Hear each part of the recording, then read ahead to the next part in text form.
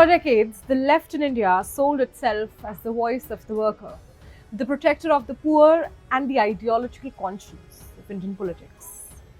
But today, that red fortress looks less like a revolution and more like political ruins. Because for the first time in nearly half a century, India is staring at the possibility of having no communist chief minister. Kerala, the last surviving laboratory of left politics, is slipping away. West Bengal, once painted red for 34 uninterrupted years, has already abandoned the confidence. Tripura collapsed years ago. And now the biggest question echoing across Indian politics is brutal. Has India simply moved on from the left? Look at the symbolism here. Pinarayi Vijayan was not just another chief minister. He was the last big face of Indian communism. The final heavyweight holding up a collapsing ideological structure.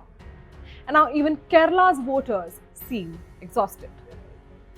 10 years in power, mounting anti-incumbency, corruption allegations, cadre fatigue, and a younger generation asking one uncomfortable question. What exactly is the left offering in 2026 that feels relevant anymore? Because, well, this election is not just about seats. It is about a complete collapse of emotional connection. The left, that once owned the language of struggle, now it struggles to speak the language of aspiration. India has changed. The voter has changed. The economy has changed. But the left, many believe it is still stuck in a political time capsule from the 1970s.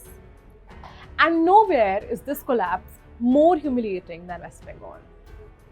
Remember, this was the communist citadel of India.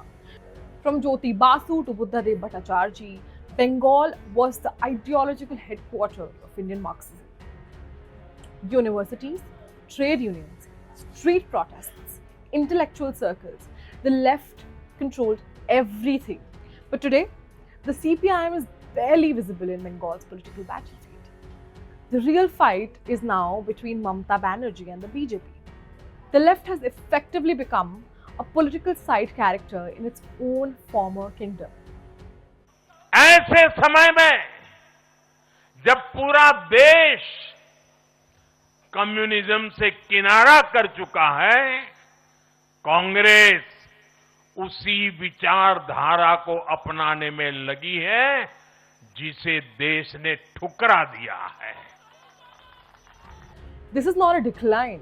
This is political extinction in slow motion. And then comes the biggest irony of all.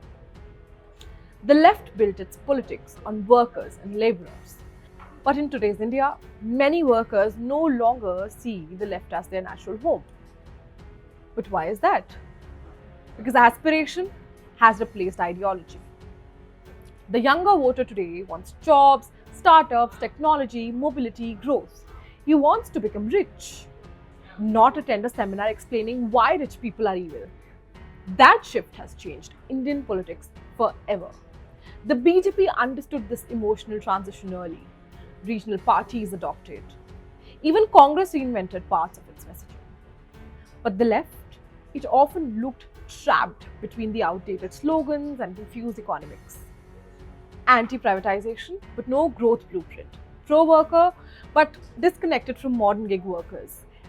Anti-globalization rhetoric in a generation obsessed with global opportunities. And leadership, that crisis is impossible to ignore.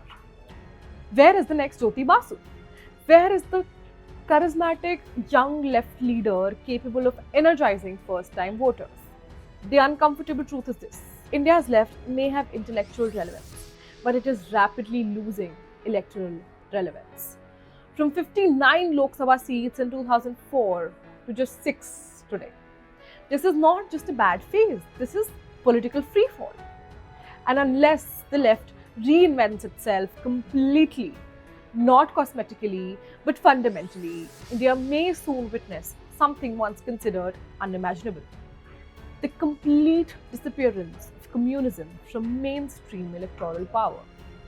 The red flag that once dominated India's political skyline is now flickering in survival mode.